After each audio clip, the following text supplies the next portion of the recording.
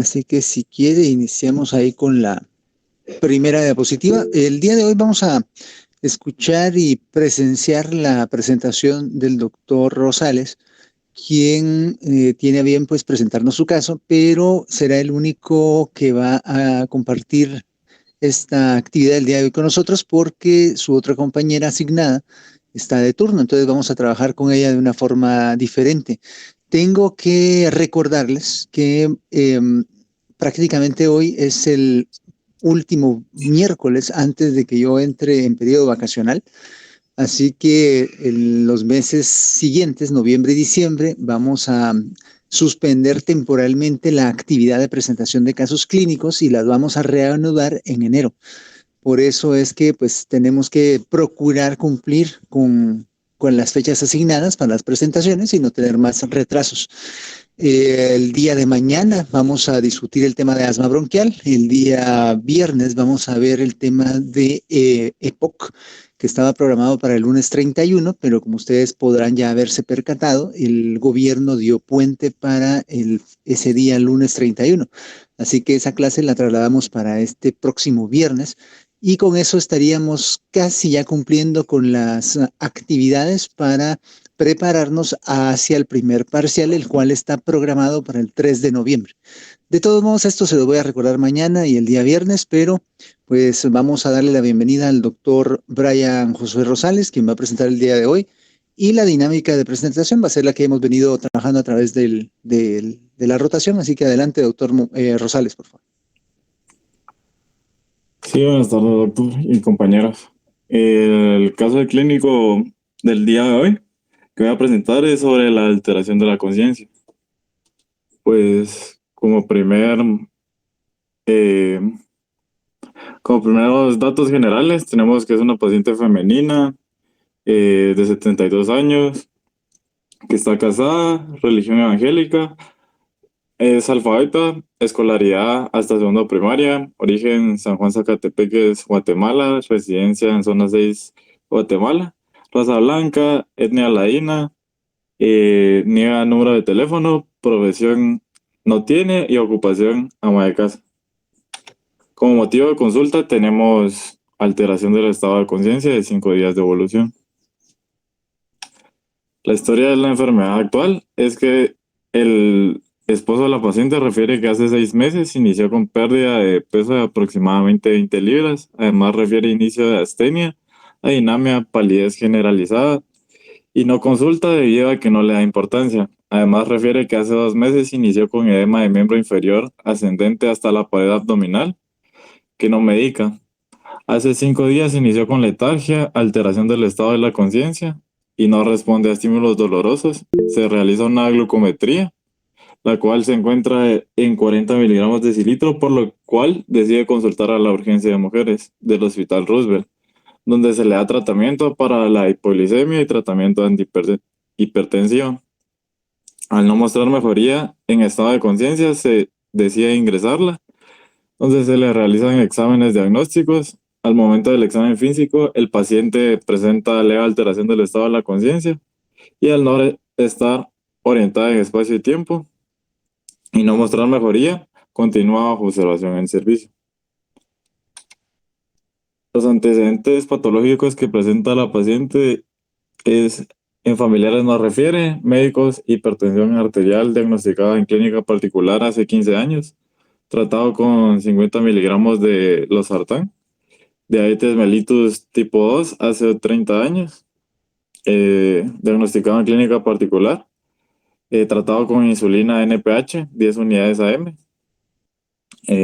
Antecedentes quirúrgicos no refiere, traumáticos no refiere, alérgicos tampoco. Y ginecobstétricos refiere 5 gestas, 5 partos, 5 hijos vivos. Vicios y manías no refiere. Como antecedentes personales o no patológicos tenemos que no recuerda vacunas, refiere a una inmunización de COVID de la marca Moderna, refiere a alimentación de 3 vasos de agua al día, 3 tiempos de comida al día, con predominio de carbohidratos, Micción 3 veces al día, defecación 1 vez al día, 8 horas diarias de sueño, no activo sexualmente, niega, niega tabaquismo y no consume alcohol. Su menarquia no la recuerda y la fecha de última regla es hace 30 años aproximadamente. La conducta se encuentra no orientada en espacio y tiempo. Piel y faneras refiere a alopecia areata leve de 6 meses de evolución, difusa con predominio en el área occipital. Una disminución de la agudeza visual de ojo derecho de hace 6 meses de evolución y pérdida de la visión en el ojo izquierdo. Atraje de rodilla izquierda. En el perfil social tenemos que vive en una casa propia de bloc con techo de lámina, 2 habitaciones, cuenta con servicios de agua potable, luz eléctrica, drenaje. Vive con su esposo e hija, las cuales mantienen una buena relación. El ingreso mensual en su casa es variante, aproximadamente 2,000 quetzales, solo aporta el esposo. Mascotas, tiene un gato que vive en el patio de su casa, tendencia sexual, niega. Al examen físico, el paciente presentó un peso de 110 libras, una talla de 1,51 metros, con índice de masa corporal de 21,9. La temperatura está a 37 grados centígrados, vía oral. La presión arterial en brazo derecho está en 200/90 en posición de cúbito. En el brazo izquierdo está en 200/85 en posición de cúbito. La frecuencia cardíaca se encuentra en 75 latidos por minuto. Frecuencia de pulso 75 latidos por minuto. Respiratoria 22 respiraciones por minuto. Saturando 88, a la cual se le coloca 1 litro de oxígeno y satura 92. Glucometría de 89.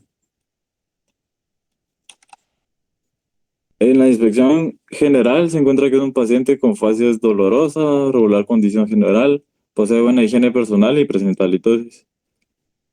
Normocéfala, con ojos simétricos, pupilas isocóricas, la pupila izquierda no fotorreactiva, mucosas hidratadas, alopecia areata leve y difusa, con predominio en área occipital. Cuello móvil simétrico, sin adenopatías valvulares, no plétora yugular y rigidez leve. El tórax se mantiene simétrico, expandible, con disminución de la aflexión y amplexación. Estertores crepitantes bilaterales, infraescapulares, corazón rítmico y sincrónico con pulsos radiales. Taquicardia, no se oculta, no taquicárdico, no se auscultan soplos ni ruidos agregados. El abdomen se encuentra blando, depresible, ruidos gastrointestinales audibles, de correcta intensidad y frecuencia, no hay signos de irritación peritoneal. Las extremidades se encuentran... Perdón, doctor, solo para aclarar ahí o para verificar, en el examen del cuello usted menciona que no tiene rigidez o que tiene rigidez leve. Tiene rigidez leve. Es que aquí arriba dice no plétora yugular y luego dice no rigidez leve. Ah, sí, O sí sea, tiene sí tiene. rigidez leve. Sí, Va. Es importante porque eso cambia, o debe, mejor dicho, la motivarnos a impresión. tomar en cuenta ciertas condiciones clínicas. Así que tal vez esto, cuando me lo vuelva a enviar, le corrige esto, por favor. Y ahorita que usted continúe, vamos a platicar un poquito más adelante sobre algunos aspectos tanto clínicos de la condición que llevó a la paciente a la consulta. Así que esto habría que corregirlo. Nada más, sigamos adelante, por favor. Cierto. Con las extremidades tenemos miembros superiores simétricos y con edema periférico de miembros inferiores. Atraje de la rodilla izquierda, con tono y fuerza conservada, con escala de Daniels de 4 de 5. Neurológicos, tenemos pares craneales, 1 no evaluable, 2 agudeza visual disminuida, 3, 4 y 6 con movimientos oculares conservados, notosis palpebral, 5 sensibilidad facial conservada, 7 rostro simétrico, 8 audición conservada, 9 y 10 reflejo nauseoso y tusígeno conservado, 11 elevación de hombros simétricos y 12 movimientos de lengua conservados. Tenemos el curso de la enfermedad, en la cual la paciente consulta a la emergencia el 1 del 10 del 22. Se toman signos vitales al momento de la consulta, glucometría. Al momento de presentar la glucometría en 40, se decide pasar dextrosa al 5% por medio IV. Se le realizan laboratorios, dentro de los cuales mencionamos la química sanguínea, hematología completa y tiempos de coagulación. Se le realizan rayos X de tórax, hisopado para COVID, que sale negativo, por lo que se decide ingresar.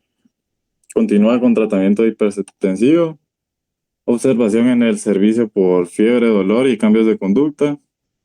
Se realiza curva de presión arterial y glucometrías en servicio cada 6 horas.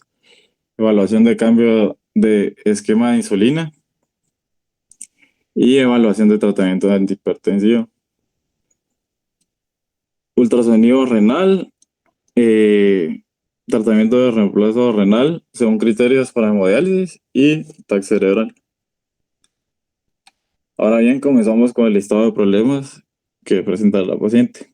El primero es la alteración del estado de conciencia, que puede ser un diagnóstico diferencial, los infartos lacunares, hipoglicemias.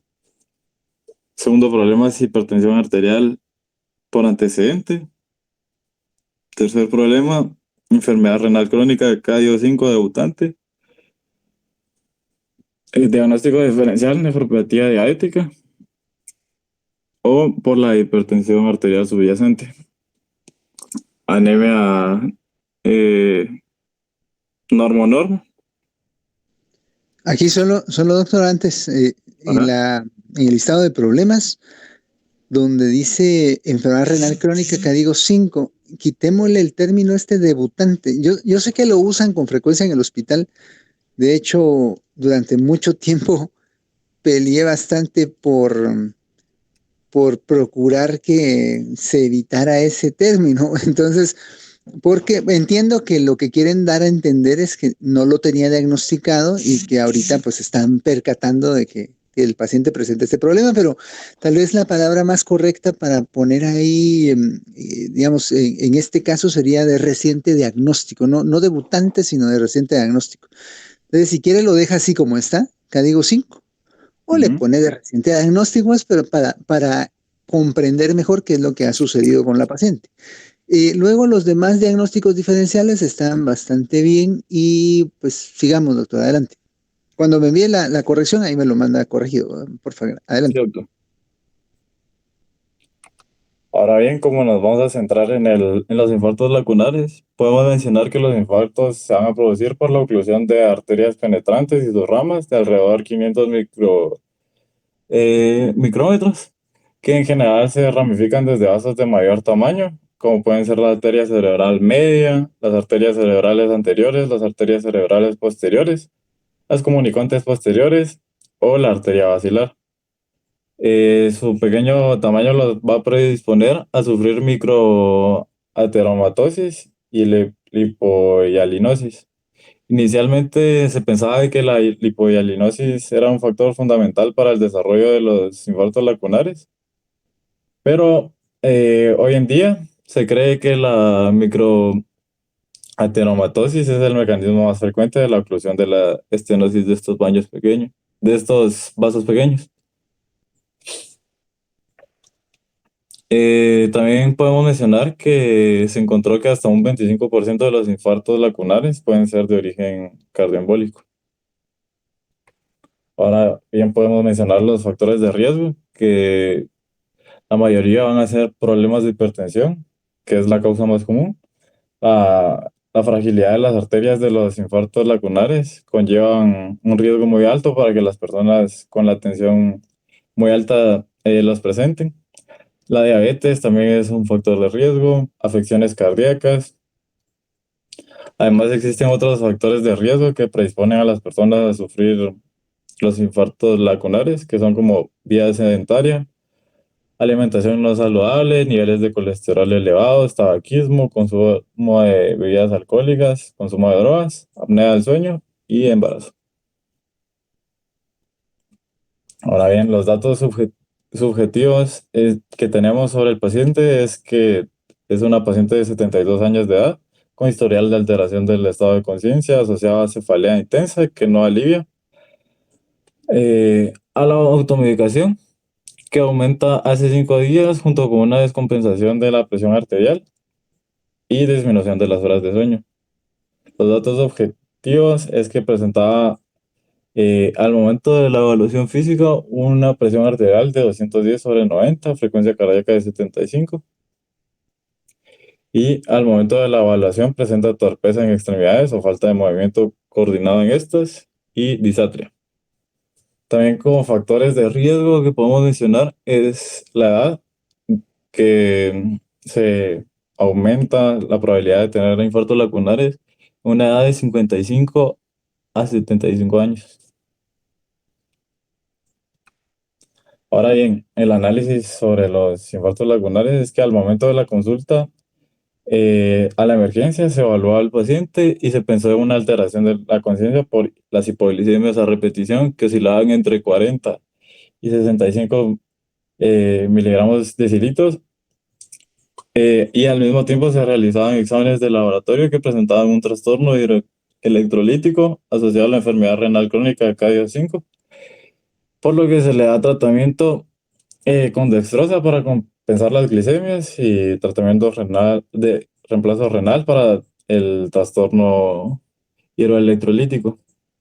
A pesar de compensar ambos padecimientos, no se ve mejoría en la alteración de la conciencia. Posterior a esto se relaciona la alteración eh, con los días en los que la presión alta se encontraba en rangos más elevados y presentó una mejoría al momento de compensar la presión arterial media, por lo que se descartan los diagnósticos diferenciales como causas de la alteración de la conciencia. Y posterior a esto se decide realizar un ataque cerebral para evaluar el daño cerebral y se observa una enfermedad de pequeños vasos, aterosclerosis, lo cual nos hace pensar en la hipertensión como la enfermedad subyacente de la alteración del estado de la conciencia. Eh, Además, la hematología mostraba glóbulos blancos dentro de rangos normales, por lo que se descartó meningitis, que se pensó por la rigidez del cuello, que justamente mencionaba usted, doctor. Y como plan inicial tenemos descartar los diagnósticos diferenciales de la alteración del estado de conciencia. El primero eran infartos lacunares, hipoglicemias y trastorno hidroelectrolítico.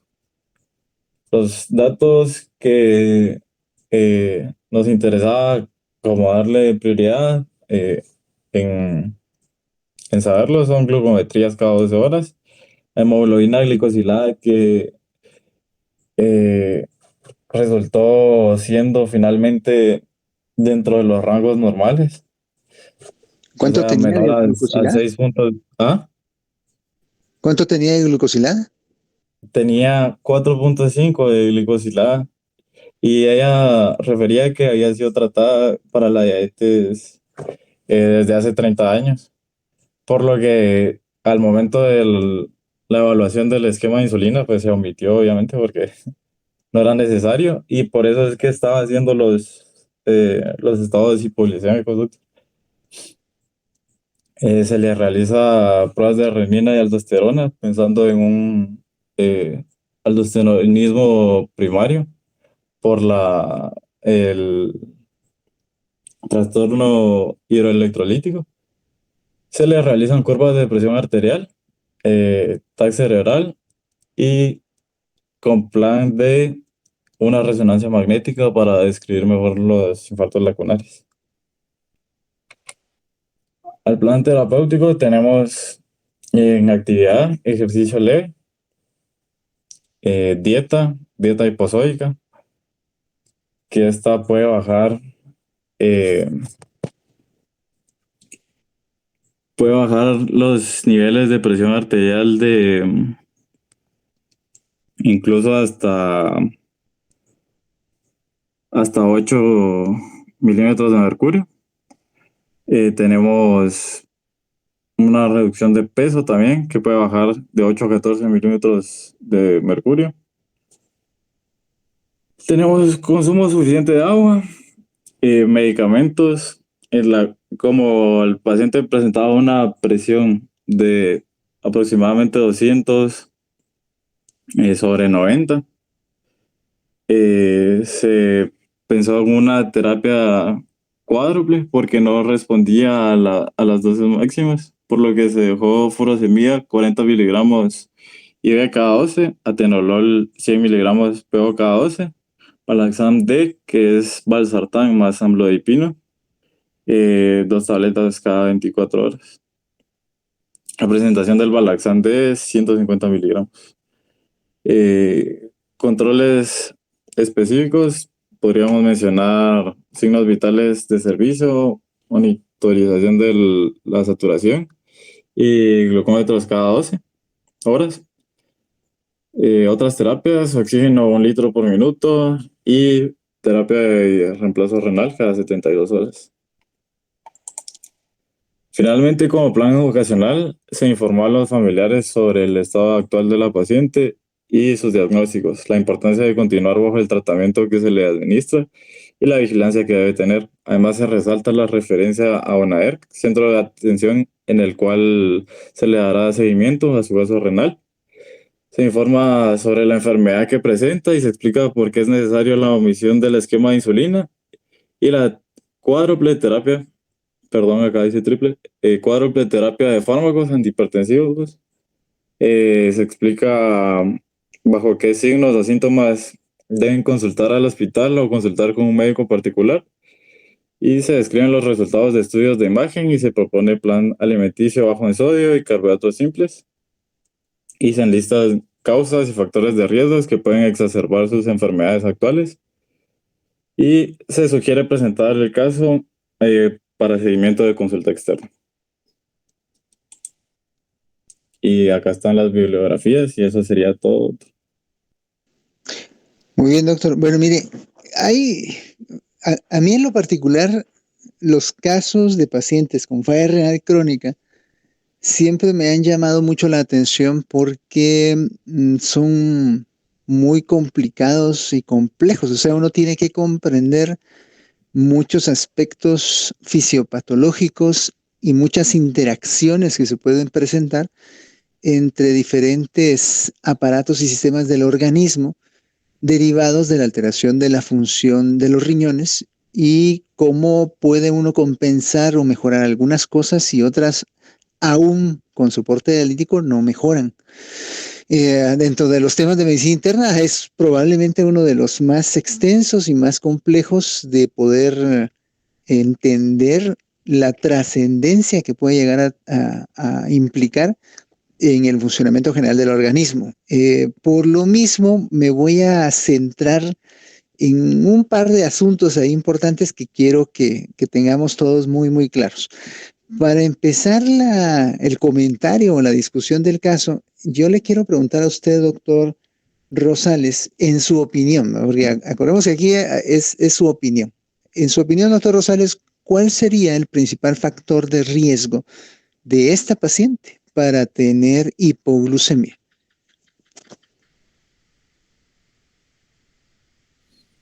El tratamiento para diabetes que llevaba hace 30 años, doctor.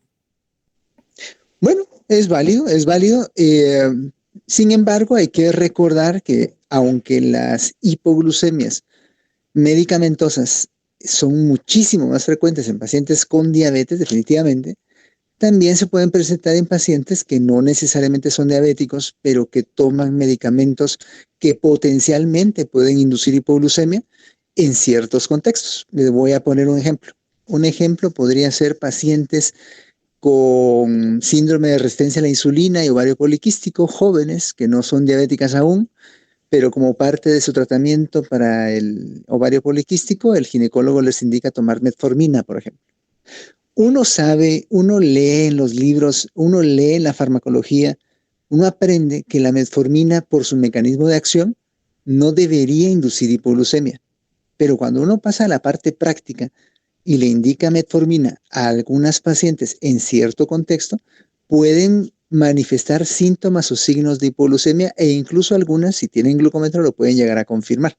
Entonces, sean, digamos, muy cuidadosos cuando estén indicando algún tratamiento, que uno utilice o que sepa que tenga un efecto sobre el perfil glucémico de los pacientes para, pues, no solo minimizar el riesgo de que tengan hipoglucemia, sino que para que los pacientes sepan cómo proceder. Y ese es otro punto muy importante. El elemento trascendental para que los pacientes que van a tomar algún tratamiento hipoglucemiante o con potencial efecto hipoglucemiante no presenten una hipoglucemia severa es que nosotros los eduquemos, que nosotros les enseñemos primero cómo detectar de manera oportuna los signos tempranos de hipoglucemia, que pueden ser pues irritabilidad, deseos de comer algo dulce, dolor de cabeza, mareos, palpitaciones, sudoración fría, palidez, palpitaciones, temblor de manos, cambios en el estado de ánimo. Si la hipoglucemia se hace más intensa o más seria, pues mucha somnolencia, deseos de irse a recostar. O sea, uno le tiene que educar a su paciente para que reconozca esos signos y si le es posible detectar o realizar un glucómetro de forma inmediata, pues realizarlo. Y si no lo puede hacer porque no tiene glucómetro, ante la duda, uno le debe de plantear cómo solucionar la hipoglucemia. Lo primero que uno les tiene que enseñar a sus pacientes es que no tienen que ponerse a comer o a chupar un dulce o a chupar algo dulce, sino que lo que tienen que hacer es tomar un líquido con azúcar. Puede ser un jugo, puede ser una gaseosa, puede ser un licuado, puede ser agua con miel, agua con azúcar. La cosa es que lo consuman líquido, porque de esa forma se absorbe mucho más rápido y la hipoglucemia se va a resolver también más rápido. Si ustedes lo que le indican a sus pacientes es que se pongan a chupar un dulce o a comer algo con azúcar, un pan con miel, un pan con jalea, se van a tardar muchísimo más tiempo en resolver la hipoglucemia y por lo general, como el paciente se sigue sintiendo mal, come mucho y sobrecompensa posteriormente la hipoglucemia. Entonces, de tener 50 le suben a 300. Eso pasa con frecuencia. Entonces, la indicación que ustedes le tienen que dar a su paciente es, primero, cómo detectar sus síntomas de hipoglucemia. Y segundo, si lo pueden confirmar, que lo confirmen y si no, de todos modos que lo corrijan ingiriendo una cantidad prudente de líquido dulce, de líquido con azúcar, un jugo Kern's, un jugo Tampico, lo que fuera, puede ser medio vaso, incluso medio vaso de agua pura con unas 4 o 5 cucharadas de azúcar bien disueltas y que se lo tome rápido. Con eso ustedes por lo menos rescatan esa evolución que el paciente está teniendo hacia hipoglucemia. Yo diría que la paciente que el doctor nos ha presentado tiene múltiples factores de riesgo para tener hipoglucemia. En este caso le voy a pedir, a ver, vamos a ver quién está por acá con nosotros. Cecia, doctora Cecia Canú. Aparte del hecho de que la paciente es diabética y que toma medicamentos para la glucosa, ¿qué otros factores de riesgo para hipoglucemia consideraría usted que la paciente presenta?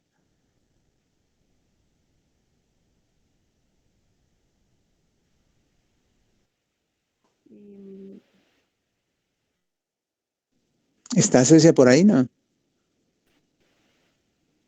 Sí, doctor. Cecia. Sí veo que tiene micrófono abierto, pero no la escucho. Ahí está, ya se le escucha. ¿Qué otros factores de riesgo para tener hipoglucemia considera usted que esta paciente puede tener? Además del hecho de ser diabética y tomar medicamentos. Tal vez que haya tenido inanición. Bueno, eso es importante, sí. ¿Y encima cuál? O sea, haya tenido el medicamento y no haya tenido, y no se haya alimentado, no sé si me explico. Bueno, sí, la entiendo bien. O sea, el que la paciente tenga una inadecuada ingesta de alimentos es un factor de riesgo. De hecho, tiene razón. O sea, eso con frecuencia sucede, sobre todo en nuestros contextos. Y aquí esta paciente tiene otras cosas. Por ejemplo, la edad el problema neurológico que tiene, que ahí fue donde el doctor Rosales hizo más énfasis en lo de los infartos lacunares, pero es probable que estos infartos lacunares no, digamos, no hayan sido tan agudos como para representar la causa principal de la consulta en ese momento para la paciente. De hecho, la paciente llegó por alteración de la conciencia y lo que se documentó fue una glucometría muy baja. Entonces, esa básicamente fue la causa de la consulta de manera urgente, pero es muy probable que estos infartos lacunares ya los viniera desarrollando desde hace tiempo. Entonces, la alteración neurológica crónica, la edad, la falla renal crónica, el hecho de probablemente no poderse alimentar bien, los medicamentos hipoglucemiantes que pudiera haber estado consumiendo o el uso de insulina. Todos esos factores fueron contribuyendo para que la paciente desarrollara hipoglucemias frecuentes. ¿Y cómo podemos saber que la paciente ha tenido hipoglucemias con frecuencia? El dato más relevante en este caso tiene que ver con el valor de la hemoglobina glucosilada que el doctor nos compartió.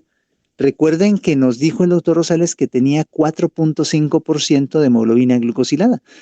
Una paciente diabética mal controlada crónicamente, incluso teniendo anemia porque tiene falla renal crónica, debería tener una glucosilada arriba de 7.5, 8, 9 incluso. Pero esta paciente presenta una glucosilada en la parte normal baja, en 4.5. Siempre que ustedes vean pacientes con diabetes o con antecedente de diabetes y que tengan glucosiladas demasiado normales, deben sospechar que ha estado teniendo hipoglucemias con frecuencia. Entonces ese sería el dato tal vez más importante en este caso. Hay otra situación que deben considerar en pacientes que están teniendo también hipoglucemias recurrentes o frecuentes, y es la posibilidad de que tengan algún tipo de deficiencia hormonal, sobre todo hipotiroidismo y, más que hipotiroidismo, insuficiencia suprarrenal. Esto en relación con las alteraciones electrolíticas que el doctor también nos contó que tiene y todo, y por eso les decía yo que los pacientes o las pacientes con falla renal crónica pueden tener muchas complicaciones de forma concomitante, de manera que pues es bastante complejo a veces poder analizar qué puede estar pasando con el paciente, y pues para uno es enriquecedor, pues uno aprende más mientras más profundiza en el análisis de los casos, pero obviamente para la paciente no es conveniente tener tantas complicaciones. Yo pienso que con esto estaríamos prácticamente cubriendo la actividad de la presentación de la sesión. Creo que ha presentado de forma bastante completa el caso. Solo le voy a pedir, por favor, doctor Rosales, que corrija un par de puntos ahí que le solicité que corrigiera. Y tal vez aquí como última tarea o asignación, después de esta diapositiva de las bibliografías, cuando me vuelva a enviar su trabajo, coloque una diapositiva donde ustedes nos comente cuáles son o cuáles pueden ser los manejos para hipoglucemias frecuentes o recurrentes en nuestros pacientes, tanto en el punto preventivo como en el punto resolutivo, digamos, cómo tratar una hipoglucemia en lo agudo y cómo prevenirla. Básicamente una diapositiva extra, y con eso ya me lo envía, por favor, y ya completaría su actividad de presentación de caso clínico. No sé si alguien más tenga alguna duda o comentario. ¿Usted, doctor Rosales?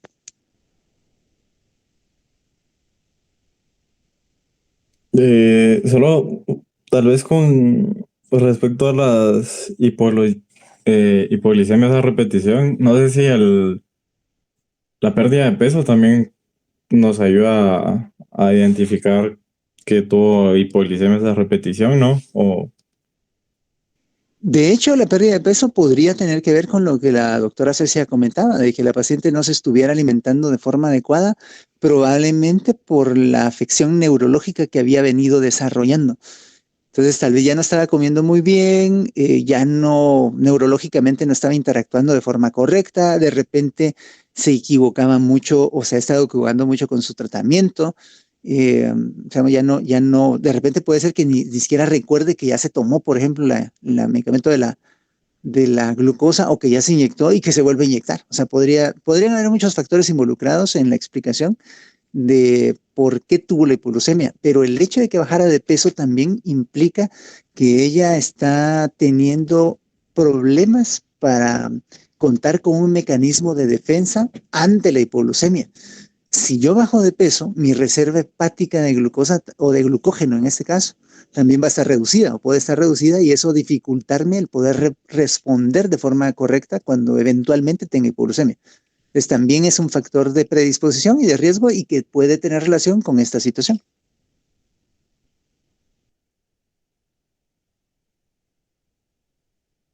Entonces, con eso estaríamos bien, doctor. Va, perfecto. Entonces, solo para recordar, me hace el favor de corregir los dos datos que le dije ahí de las diapositivas, me agrega una diapositiva con lo que le solicité y nos vemos el día de mañana para la clase de asma bronquial. Les agradezco a todos por su presencia. Estamos ahí, pues siempre pendientes de ustedes. Por favor, si tienen alguna duda o comentario, me lo hacen saber. Y si no, pues estamos siempre en comunicación. Que pasen feliz tarde. Hasta luego. Gracias a todos. Gracias, Feliz doctor. tarde. Claro, doctor, Buenas gracias. tardes.